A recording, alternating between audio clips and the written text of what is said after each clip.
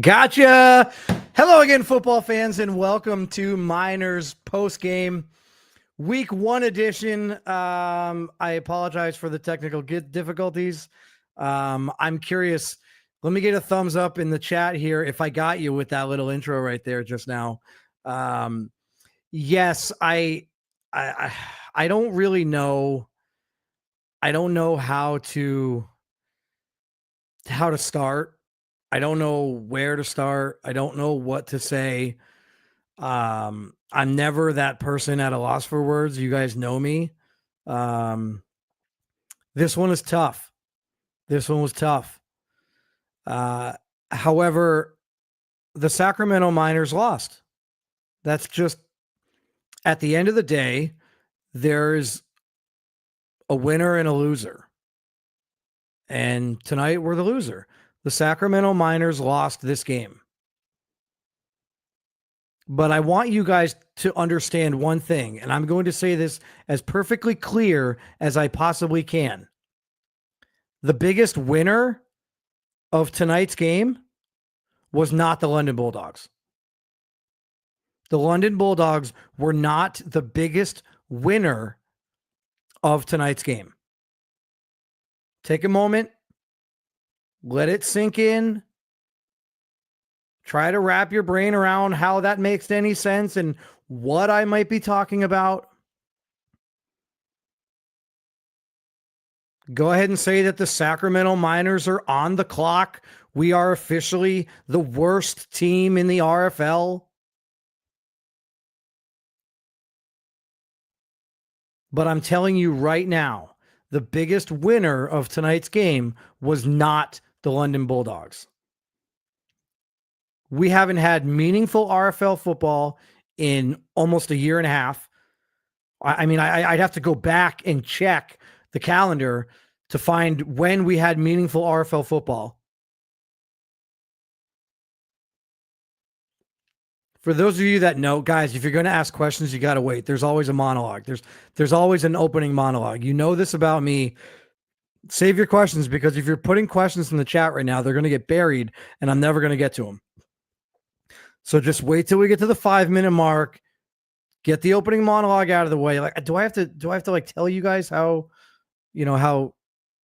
sports talk shows work? Like, I don't understand. Have you never watched one? Anyway, I digress. We haven't had meaningful football in the RFL for about a year and a half. Those are just facts. That's not opinion. 90% of the show you might think is opinion. That's not opinion. That's just fact. We haven't had meaningful football in about a year and a half. Okay. And we've been waiting. Many of you thought that the season was over, right? Many of you thought that the league was over. I shouldn't say the season, the league. It's been about a year and a half. We've been waiting and waiting and waiting. And I, for one, will tell you right now, I'm thrilled. I loved looking at the schedule a couple months back or a couple weeks back or whenever it was. I absolutely loved looking at the schedule and seeing that the RFL Kickoff Classic was going to be us. I mean, in the words of the great Tupac, all eyes on me, right? Like, where else do you want to go? Like, hey guys, look at me. Hey, look, Ma, I made it. The London Bulldogs raising a banner.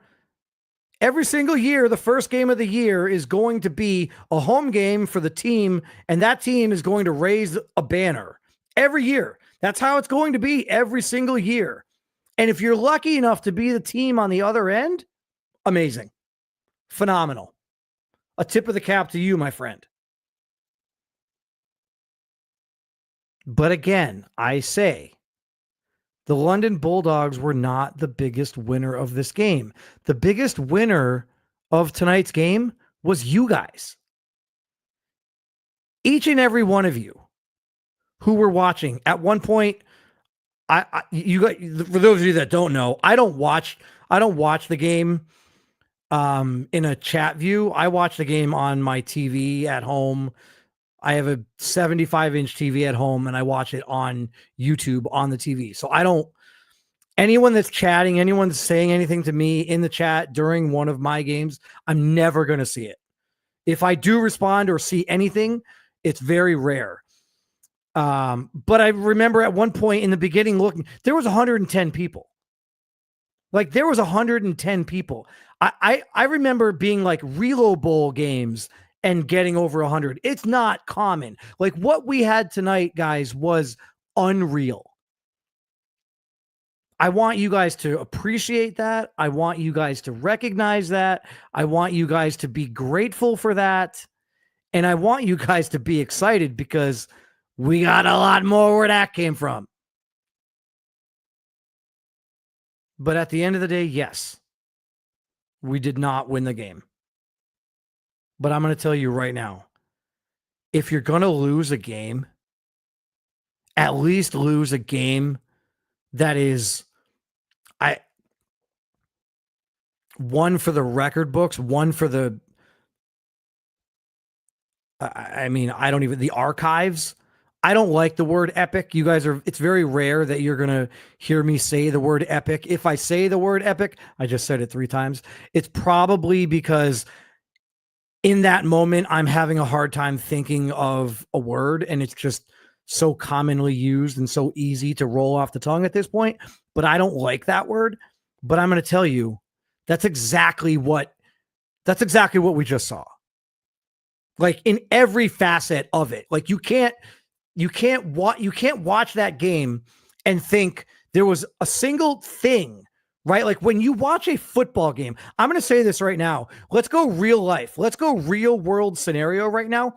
We just spent the last 3 weeks of our life watching the college football playoff that was supposed to be the greatest thing in the world. Guys, it sucked. Everything about it sucked. Every single game, with the exception of like one game. How many games did we have? We had 12 teams, so 11 games, and 10 of them have already happened. We've had 10 college football playoff games already. 8 of them, at minimum, were garbage. Garbage. There was no reason to watch. And you can listen, I'm giving Arizona State the benefit of the doubt in that game against Texas. That game was garbage. I don't care if it went to overtime. The game was garbage until 5 minutes left in the fourth quarter. You weren't watching. Anyone that was watching was simply asleep on the couch. Like it was over. It was boring. It was the most boring game. And then the RFL comes around. And this is what we get tonight. We get the Relo Bowl champions. Hodge, I completely agree. I know we don't agree on a lot. I love you for that because Arizona State is garbage and they had no business. I mean, if you want, I'll do a completely separate episode.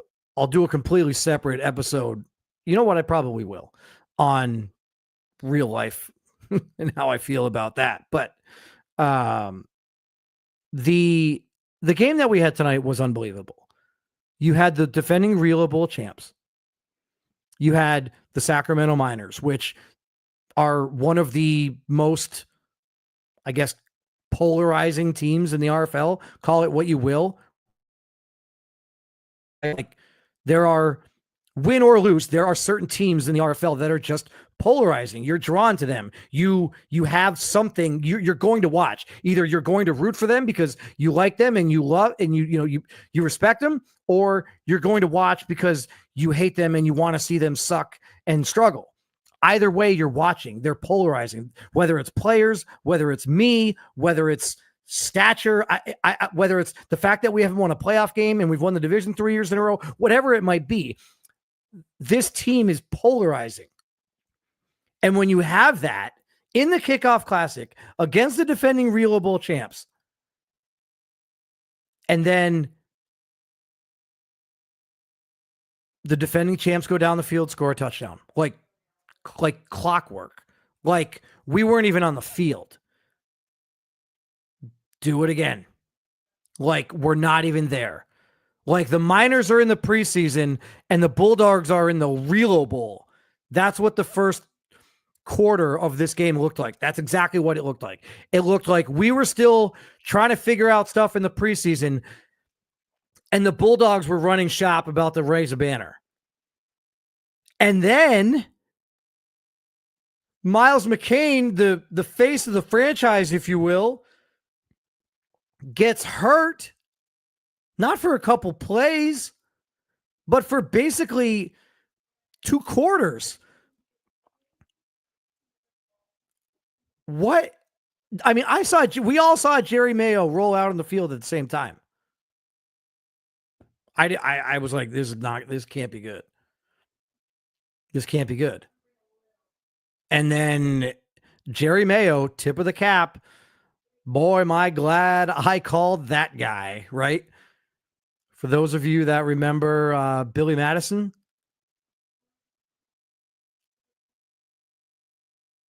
and Jerry Mayo kept us in the game. The defense finally stepped up a little bit in the middle in the middle section of the game, kept the game within reach. And then suddenly Miles comes back. Listen, I guess this is me. I'm gonna like look directly into the camera right now. There's nobody on the team and there's nobody in the locker room that feels worse right now than Miles McCain. But I need Miles McCain to be watching this right now, and I need you to know it's not your fault that we lost the game. If anything, it's because of you that we even had a chance late in the fourth quarter anyway. Yes, Jerry Mayo kept us alive in the second and third quarter, but down by 8 with the ball midway through the fourth quarter in an absolute have to have it moment, either you score a touchdown or you lose the game. You drove the team down the field and scored the touchdown. And Stevie franchise, ball night, dude. Like yes, I know there's a lot of people out there right now, and maybe there's some questions that are wondering what happened to the run game. Listen, if you guys do slow sims in Madden at all, you know that this game is pass heavy. It's pass heavy. It's pass heavy. It's pass heavy. There's nothing that we can really do about it. The only thing that you can do about it is you can try to find a playbook that has the maximum amount of run plays, and you can install that playbook, and you can hope that that playbook works for you. The problem is most of those playbooks that have a super high amount of run plays, a lot of those run plays are quarterback run plays. And if you don't have, if you don't have that guy, that playbook's not going to work for you. So everything about the playbooks this year is tough. And I will tell you, we spent a month getting the playbook ready and locked in. And then we had changes to the settings and sliders. And then we spent 2 to 3 weeks getting the playbook locked in after that. And then EA Sports dropped the playbook update. And all those playbooks, I don't know if you guys have really looked at it or spent any time going through them. Those playbooks are jacked up. And then we had to go through everything. We had 2 offensive playbooks and 2 defensive playbooks locked and loaded, ready to go. And they looked amazing. And I was running sims against the Thunderbirds. I was running sims. I ran like 75 sims against the Atlanta Thunderbirds. And then EA Sports changed the entire playbook. And you just have to scramble. You have to scramble. And that's what we did. And so I know it's frustrating for the guys in the locker room, and I know it's frustrating for Miles because he spent a lot of time helping try to figure it out with me. And it's even more frustrating when the number one thing that I told him, and Miles knows exactly what I'm about to say right now, but you guys don't. The number one thing that I told him when looking at a playbook, I do not want to worry about you running the ball constantly and fumbling. I never once even thought about him running the ball and getting injured. And then on the very first run play, the very first time that he runs the ball this year, He looks at me and he says, "Guess what, Don? I didn't fumble." And then in steps Jerry Mayo. So, yes, it was a loss. It's a devastating loss. But I'm going to tell you right now, I said this to everyone last week. And for those of you that have been paying attention in the Discord, all of us coaches kind of agree. The RFL might be turned upside down this year. With no automatic wins, there's going to be a lot of games that you might lose. And there's going to be teams that were traditionally, perennial playoff teams that might be on the outside looking in. And there might be more than one team that you're like, wow, that team made the playoffs this year. It's potentially wild this year. And there's no better way to start it off than what you guys just witnessed tonight. I will say that in a loss. That game, you could not have asked for the RFL to come back after 14, 15, 16 months. You could not have asked for it to come back with a better game. The only thing that would have been better is if Florida had missed that field goal at the end of regulation and it went to overtime. Like, think about that game for a second. And what did we not have? Like, if you have your football, if you're at home watching football, what is your general Sunday afternoon sitting at home couch potato football bingo card look like? Does it look like missed field goal? Check. Does it look like devastating injury to team? Check.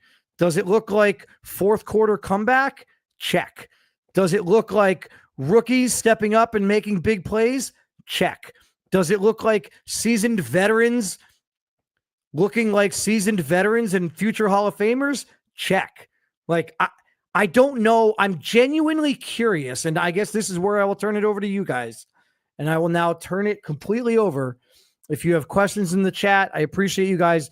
What didn't this game have? Is there something that could have happened in this game that you didn't see? Aside from the fact that, yes, I'm not in love with the fact that we had fewer than 10 running plays from our running backs. But again, I also think a lot of that is the game script, right? Like when you're down 14 points going, midway through the second quarter, it's not exactly let's run I formation and strong to get us to halftime.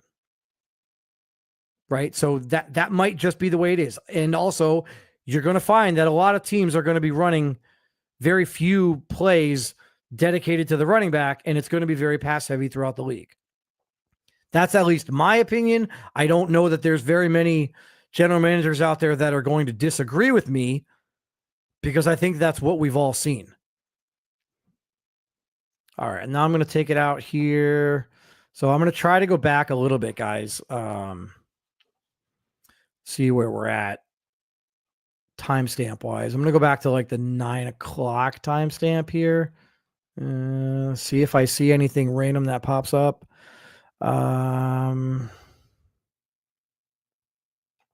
Yeah, so what do we got here?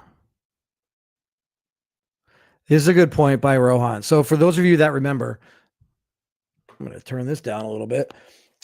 Rohan, maybe you should less characters on the questions so you don't completely chop off the bottom of my chin here. But for those of you that remember last year, yes, the Armadillos put it to us in week 1. The rematch or the reunion between Chum Lee and the Sacramento Miners. And the Dillos put it to us last year. And we bounced back and got the win. Or not got the win in that game, but got the win on the season. Won the division. Michael King in the chat, like going back to it. Our league never left. He's 100% right, guys. You guys never left. Some of you may have taken a nap. That's fine, myself included. I'm not afraid to say, for those of you that are tuning in right now and you just finished your first college series, I don't know who you are. I just don't. And there's a lot of guys that probably don't know who you are. There's a lot of coaches that you're playing for right now that you are literally hoping recruit you and scout you and recognize you that have no idea who you are. And that's just the reality of it.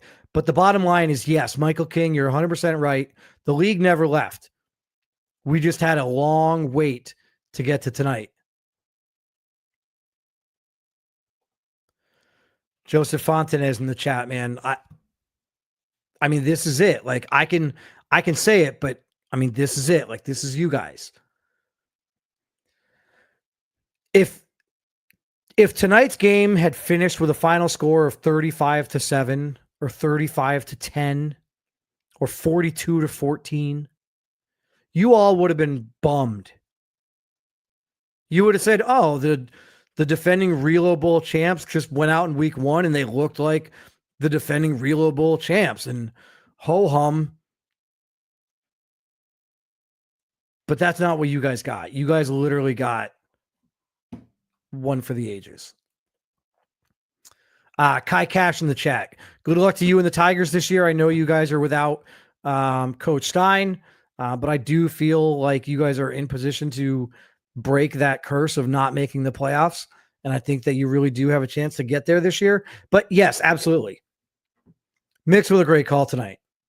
Like, it's not easy. It's not easy to go a year and a half without calling a game. And in the case of Rob, the hiatus that most of us took, like Rob took completely, like, see you later, bye. And maybe that's because his quarterback got sacked 3 times and threw 4 interceptions in the first half against a team that shall remain nameless midway through the season last year. But it's not easy to come back and do that. Right? So, I mean, shout out to the guys. Shout out to you. Take a quick peek. I looked. Great game by Killian Bain. I mean, I feel bad. That's one of the guys that I really feel bad for. Like, played great on defense. Had moments like Killian will be the first person to tell you he doesn't want to drop back into pass coverage that often. And I don't want him to drop back into pass coverage all that often. That's not his strength. But he had moments in coverage tonight. Like he covered some dudes. And then what his strength is, you saw it on full display. You saw the sack. You saw the pressures in the backfield. Like Timmy Merritt's one of the best to put him on. And you saw guys like Bain, Brett Rattay, who's probably the oldest hat we have in the locker room. Antonio Griggs, Anton Burley. Charles Raymond had a sack. Like you heard Mix on the call. It's interesting. I was wondering how long it was going to take for people to be like, wait, that guy's on the Miners? I thought that guy retired. Or I thought, he was on another team. I'm excited about this team. I'm excited about this season. I think you guys are in for a treat. I don't know what else to say. I'm going to take it back out to the chat here. Let me see. I got a bunch of messages here in Discord too. Frankie telling me that I'm muted. Yeah, that's a long time ago. Fry wanting to jump on. Yeah, dude, if you're around, hold on. I can get you the invite. Fry, if you're still around, if you're listening, I'm going to send this to you if you want to hop on still. This was actually a long time ago, so maybe you're gone. But yeah, if you want to hop in there, try not to keep it too much longer, but who else we got? Take a moment back out. Colo Ransom, good to see you, buddy. Yeah, I think obviously the season looks bright for the Bulldogs because anytime you start 1-0, you're feeling pretty good. But I also feel like I, I'm not walking away from this game in any way, shape, or form thinking to myself, oh boy, we're in trouble. We might still be in trouble, right? Do I have to worry about Miles potentially getting hurt every game? I don't know. Do I have to worry about, you know, letting running backs just carve us up for 120 yards all season? I don't know. If I have to worry about that, then that's going to be frustrating. But at the end of the day, yes, Cole Ransom, you're 100% correct. Like I'm not going to say thrilled because it's odd to say that you're thrilled after you lose, but I am extremely optimistic and excited. Again, I would like to see more run game, and maybe that's an adjustment that we have to make in the playbook. Maybe we have to move to a different playbook. I don't know, but playbooks are not easy, and we don't have the ability to just run sims all week long against the team that we're about to play. So if we're going to make playbook changes throughout the year, guys, it's going to be in an offline file on our own, which doesn't look the same. I could create an offline file and recreate the entire Sacramento Miners. But if we're playing games against the Las Vegas Raiders, the real life Las Vegas Raiders, that's not the same thing. Right? So playbooks are going to be tough. I had no idea what we were going to get from tonight's playbook. And at the end of the day, I am not upset with the playbook. The playbook didn't lose the game. The fact that we played a great team is what lost the game. It's not because Miles got hurt, because Jerry Mayo stepped in and put up 13 points. We scored more points with Jerry Mayo than we did Miles. So Miles didn't lose the game. As soon as Miles came back, he led the team down late in the fourth quarter, down by 8, scored the touchdown, and then one of the best break tackles on the 1.5 yard line you're ever going to see by Stevie Franchise gets him in the end zone for the 2-point conversion.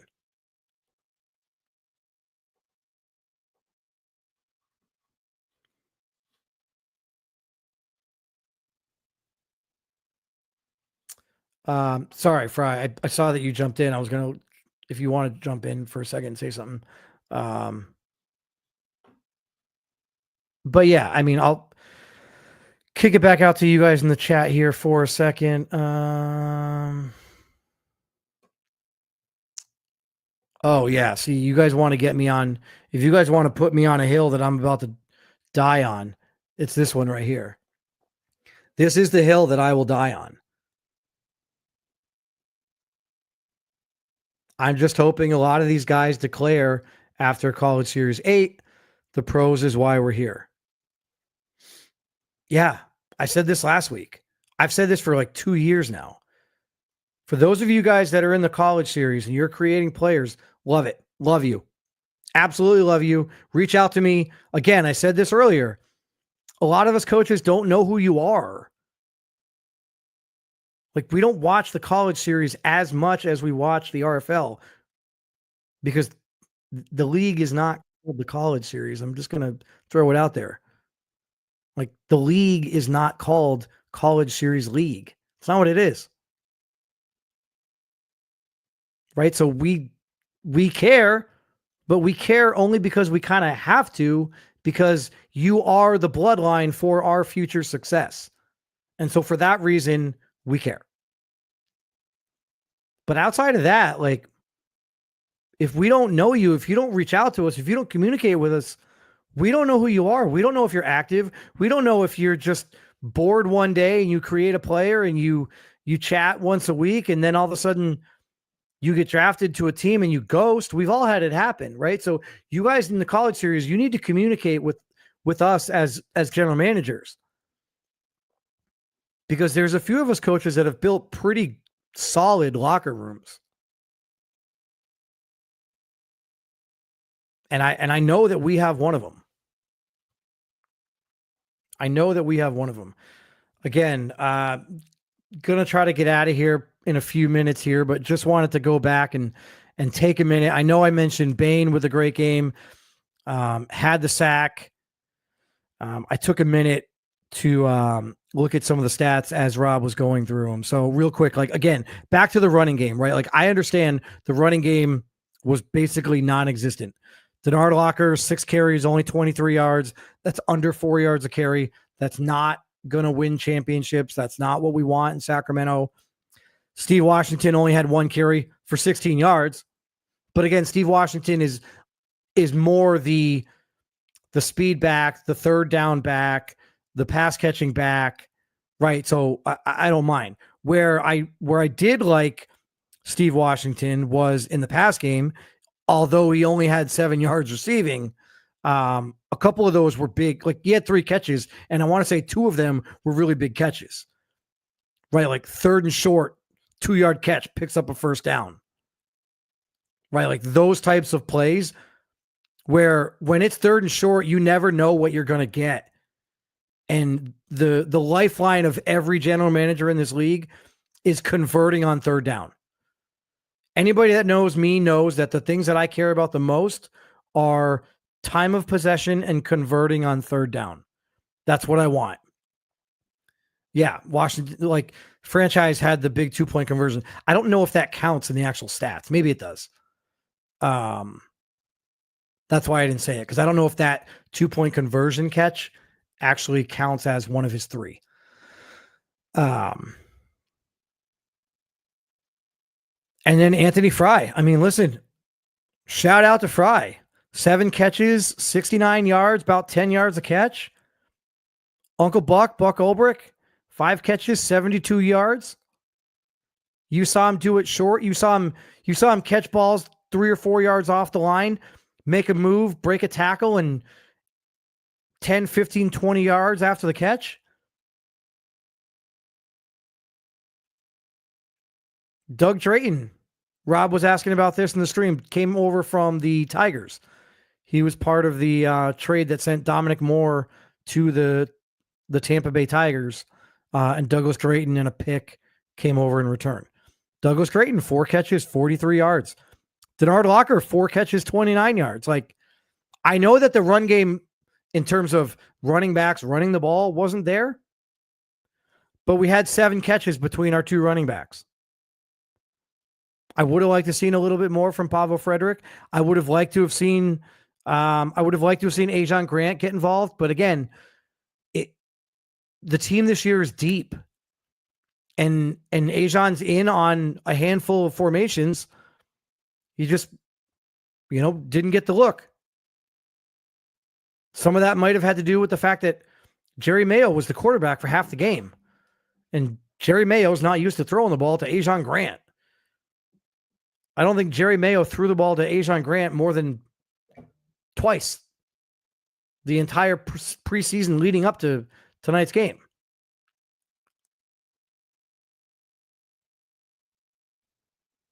Yeah, like I really, so if you're going to give out a game ball and a loss, right? Like I think for me, if I'm in the locker room, I'm giving the game ball to Stevie Franchise.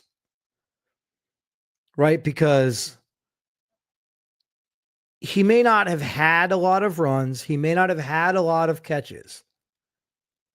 But you saw him and you heard his name on a lot of big plays.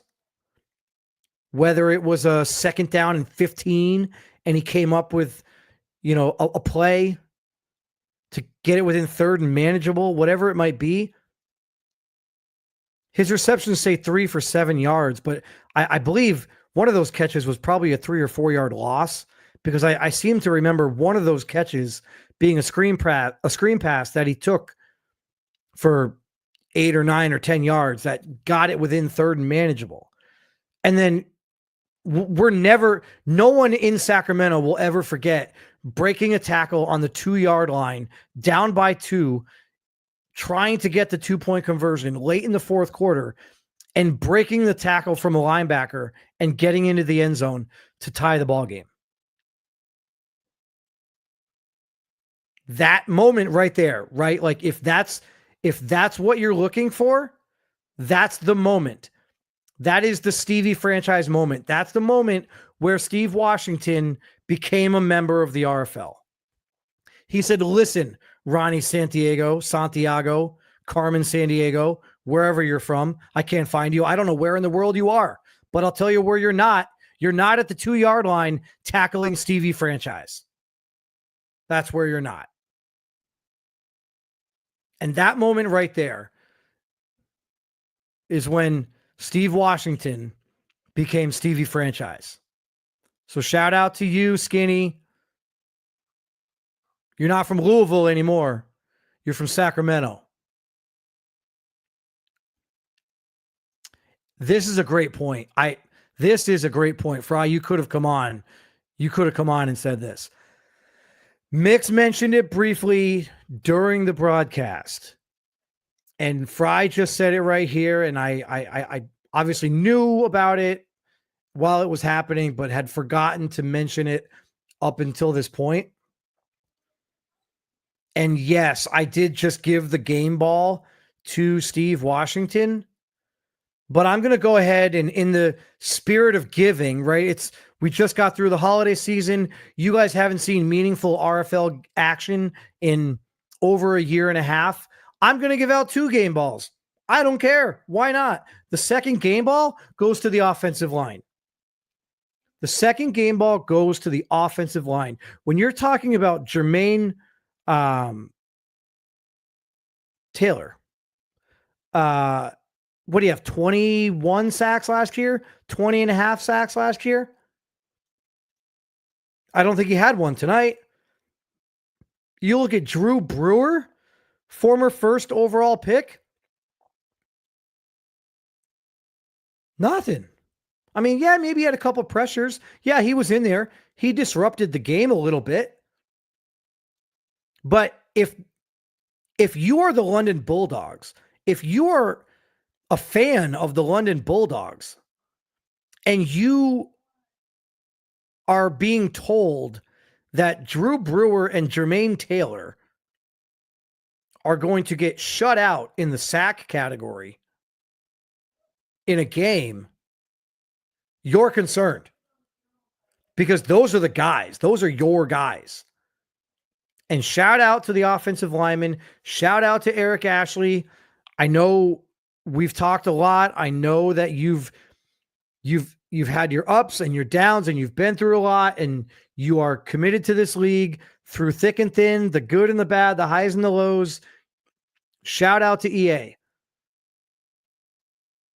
And shout out to Nasir Red. So EA and Nasir Red both drafted last year. Last year was their rookie year. This is their second year. Both of them, right tackle, left tackle, second-year players, both played well. Griffin Goodman played well. Vinny Cotton in a role at center that he's not normally used to. And Malcolm Sims. Like, those guys played. And so shout out to you guys. I wish that we could have put it together. I wish that it could have ended in a win. It didn't. And at the end of the day, that's just the way that it is. Not everybody wins. Let's see. Go back out to the chat real quick. I'm going to get at the 39-minute mark here. I'm going to go till about 45 minutes, guys, and then I'm going to duck out of here. Yeah, I mean, Fry again right here. They kept the pocket clean. Miles had to run, find someone to hit him. Like, they kept the pocket clean for Miles. They also kept the pocket clean for Jerry Mayo, right? Like, Jerry Mayo is more of that scrambling quarterback, but he didn't have to scramble that much. He did have, I think, 2 times that he scrambled. One, he fumbled. Fortunately, Malcolm Sims was there to jump on it. But yes, the offensive lineman did a great job. I see Malik Carter has a question here. With Miles getting injured mid-game, do you plan on drafting a young... Sometimes I wish I had a producer that would screen these calls. Let's see. Here we go, Pecan.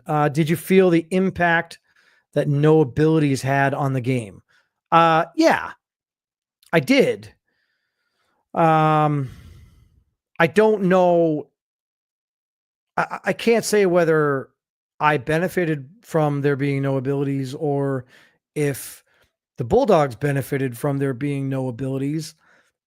I know that on the defensive side of the ball, we have Anton Burley, Antonio Griggs, Charles Raymond, Laz Chance, Griffin Whiteside, and Derek Oliveros.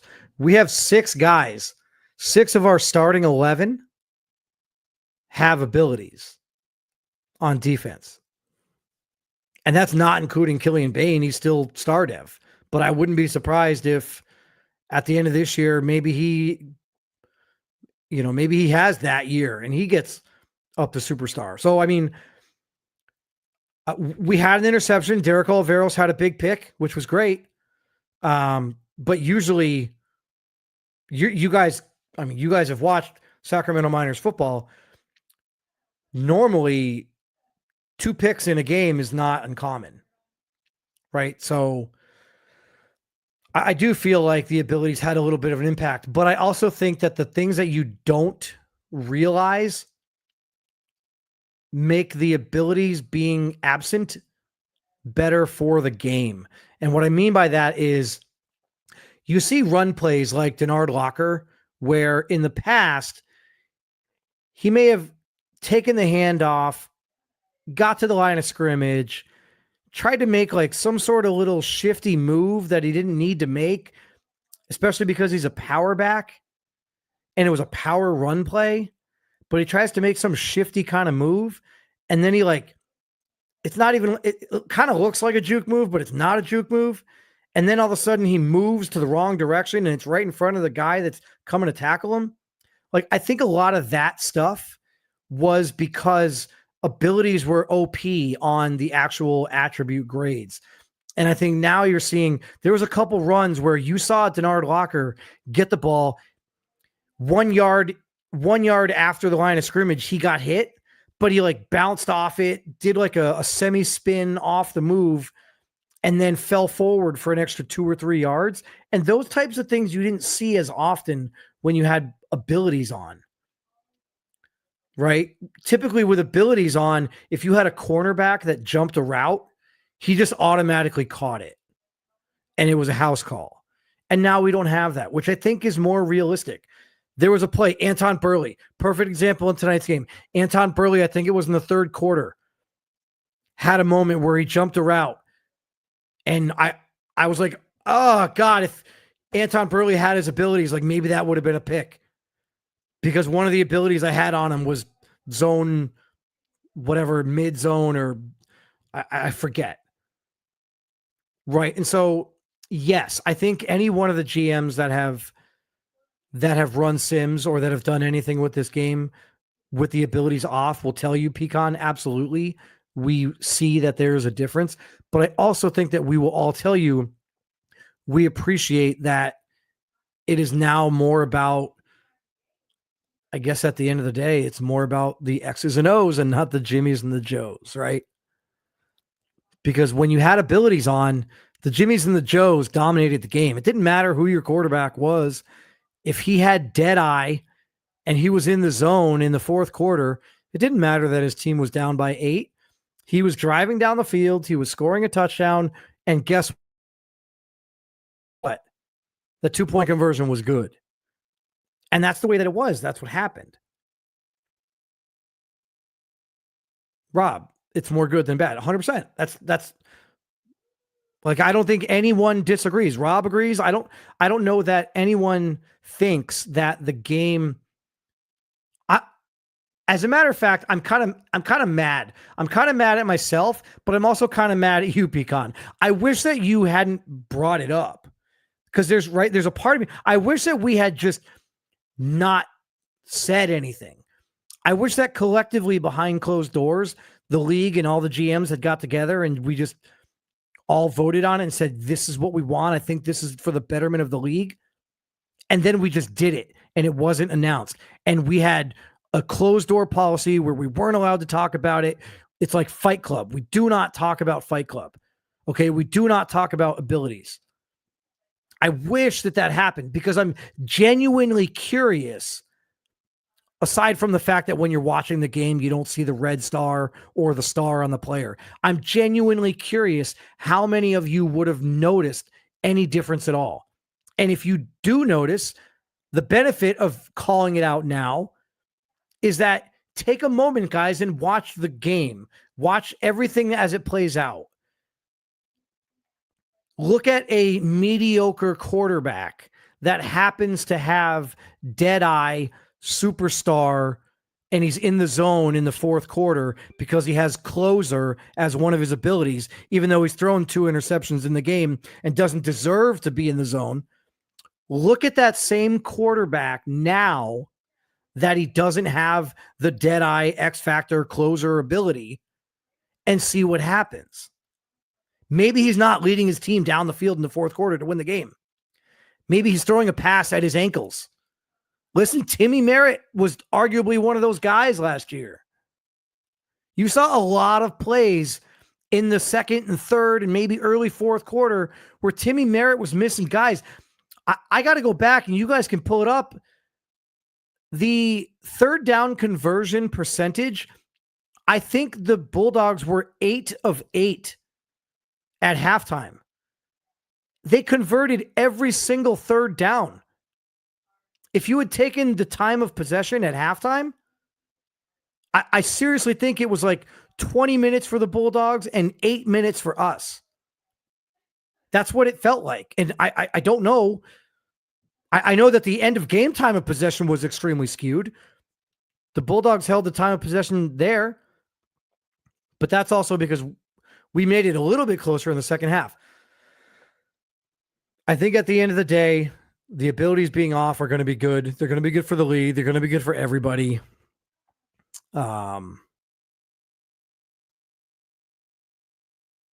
Abilities. What did Mick say here? The locker description was spot on. I dealt with him for years, and those abilities just sunk him. Before abilities, he used to get 130 yards a game. Right. See, like, and I didn't even know that, right? Like, I will tell you, I wasn't even here when well, I shouldn't say that. I was. Locker's been on the Cougars for, I think, the last 3 years, and I was here, but I think he was on the Cougars for many years prior to that. Maybe not having watched him enough, but I dealt with it. Listen, I dealt with it. You know who I'm petrified of now is Damani Manuel. I'm petrified of Damani Manuel now that abilities are off. Because Damani Manuel could not run the ball at all. His abilities, whatever they were getting in the way. He's not a power back, but he would get to the hole and he would start dancing around. Like, at some point, you just have to get to the hole and go. And we saw far too often. I've seen it in my 3 years. Rob's saying he's seen it and he's been here. I mean, as long as there's been grass on the ground, Rob's been here. I don't really know how old he is. That's not really an old joke. Don't take it that way, Rob. Don't throw shade on me. Don't throw shade on Saturday. Lay off me. I'm vulnerable. I'm fragile right now. Right, but I think at the end of the day, the abilities being off are going to be extremely beneficial for the league. And a 27-24 game between two really good teams in the RFL is a testament to my prediction there. Because I think we're going to see a lot of those games moving forward, whereas in the past, on maybe one of those drives, the Bulldogs would have just scored because Merritt was in the zone. And Miles is young and he hasn't been in the league long enough to have those abilities yet. That was the problem we ran into a lot of times last year is the quarterbacks we were going against were older veterans and they have those abilities. And here I am with a rookie quarterback. But now the fact that you have a rookie quarterback and he doesn't have abilities doesn't matter as much. It's all about the overalls. And yes, Miles is still a relatively lower overall. He's not a 90 overall quarterback. He's not a 86, 87 overall quarterback. but you're able to see good teams make plays. Good teams make plays. And I think that's why it doesn't matter that the Sacramento Miners lost, and it doesn't matter that the Bulldogs won. You guys are far and away the biggest winner from tonight. And that's all I'm going to say. I appreciate you guys for being here. I'm going to get you out of here. I know it's been a long night. Don't forget, we've got more action tomorrow night. I still have no idea. I don't believe that I'm going to be on one of the calls. But there are still 2 games tomorrow night. So remember, guys, the schedule has switched a little bit. So we've got the first game of the week will always be Monday night. And then there will be 2 games, live broadcast games. So get your screenshots, live broadcast games on Tuesday. There'll be 2 of them. And then there will be premiere games on Wednesday and Thursday. I believe those games are 4 o'clock, 6 o'clock, and 8 o'clock. As long as the schedule allows, I think there's going to be 2 games at 4 o'clock, 2 games at 6 o'clock, 2 games at 8 o'clock. So you'll be able to really kind of tune in throughout the night on Wednesday and Thursday. And then on Friday will be, I believe, the final game of the week, and that will be a live broadcast game. The RFL podcast will go live Saturday night. There's no games on Saturday, no games on Sunday. Kind of a nice change. Enjoy the weekend a little bit.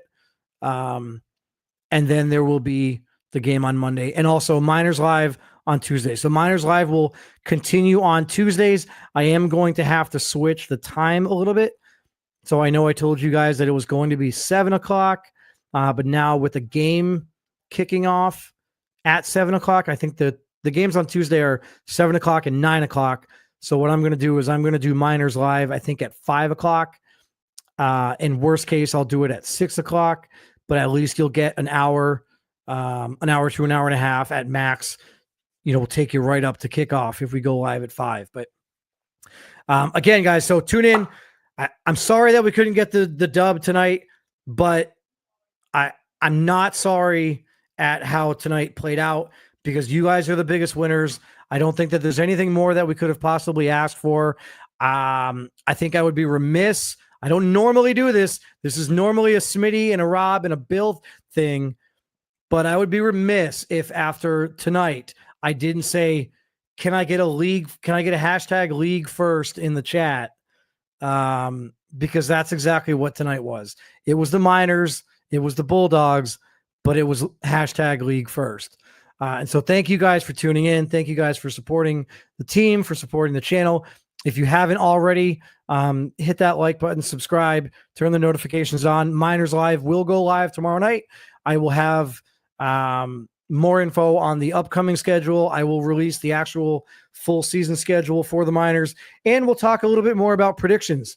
You guys saw some of the things that were said on Saturday night about the full season and the predictions for the league. I have some insider analysis on predictions for the season and full record predictions for the season that I think you guys are going to want to tune into.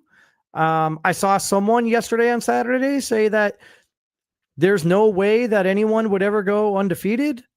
But I'm here to tell you that there are predictions, and there are someone that has gone out there and predicted that someone will in fact go undefeated. So tune in tomorrow. I will have all of that for you guys, as well as, and this is where you guys are definitely going to want to tune in, I will have some insight and some predictions on offensive and defensive rookies of the year.